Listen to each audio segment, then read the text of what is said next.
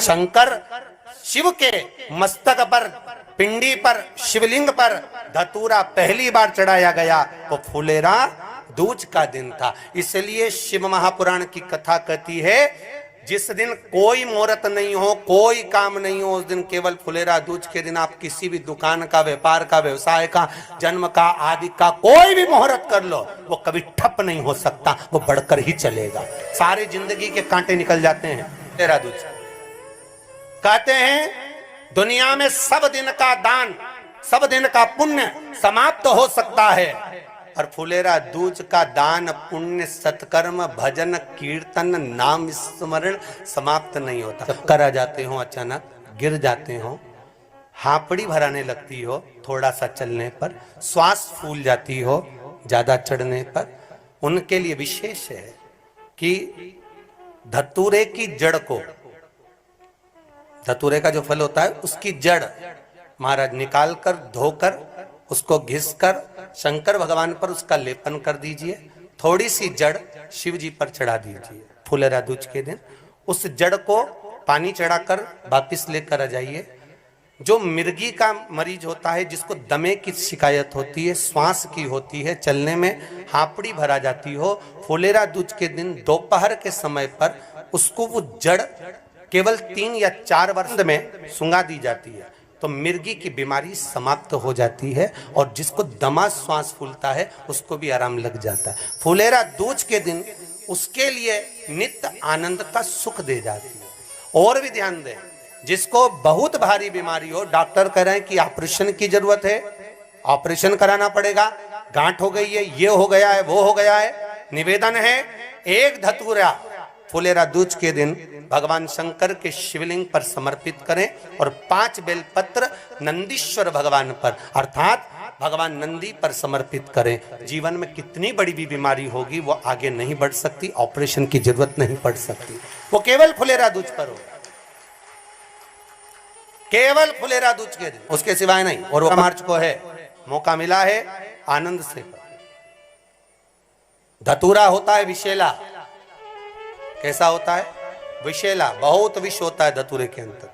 भगवान शिव को वो समर्पित किया जाता है, जैसे पार्वती जी को लगा जब कोई साथ नहीं दे रहा, पार्वती जी को लगा जब कहीं से सुख का अनुभव नहीं हो रहा, आनंद का अनुभव नहीं हो रहा, पार्वती जी ले गई धतूरा, पार्वती मैया ले गई उस बेलपत्र को शिव को। और प्रयास करना, अगर दुख है तो एक धतूरा समर्पित कर कर 1 लोटा पानी अवश्य समर्पित कर।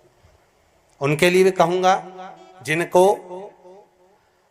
शरीर में दाद हो जाती है, खाज हो जाती है, या खुजलियों का क्रम हो जाता है, उनके लिए भी महाराज धतूरे का पानी, धतूरा 1 लोटे में डाल दो, पानी रख दो उसमें, उसके अंदर थोड़ा सा चंदन डालकर वो पानी शिव जी को समर्पित कर दो। वही पानी को लेकर आ जाइए और कुछ देर तक शरीर में लगाकर बैठ जाइए महाराज। वो केवल फुलेरा दूज का है महाराज, उसको शरीर में लगाकर थोड़ी देर बैठ जाइए, 15-20 मिनट तक। शरीर के अंतर्गत कोई वस्त्र ना हो, उस वस्त्र को उतार कर उसको लगाकर बैठ जाओ। 2.5 से 3 महीने में दांत खाज, किसी भी चर्म रोग होगा वो धीरे धीरे समाप्ति की ओर हो जाएगा। महाराज फुलेरा दूज का महत्व शास्त्र कहता है, भले इसको छुपा कर रखा गया हो शास्त्रों के अनुसार, पर इसकी महत्वता बड़ी। जो दुकान, जो व्यापार, जो व्यवसाय,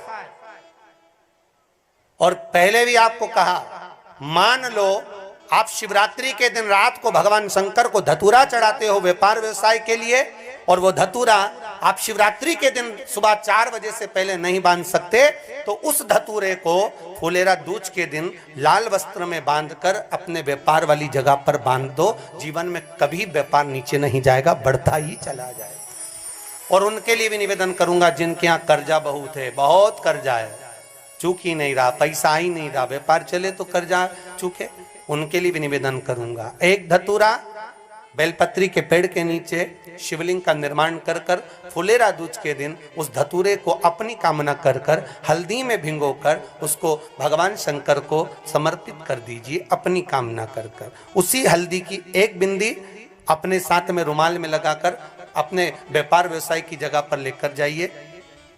कर्जा धीरे धीरे धीरे धीरे जब चूकेगा, जब लक्ष्मी आएगी, तो लक्ष्मी की वृद्धि भी वो करता। महाराज ये फुलेरा दूज के उपाय। जिस दिन माँ जगतजननी जगदम्बा अम्बा स्वयं भगवान शंकर को मौन होकर देखकर विलापित होती हैं, नैनों से नीर बहता है, शिव को हुआ क्या।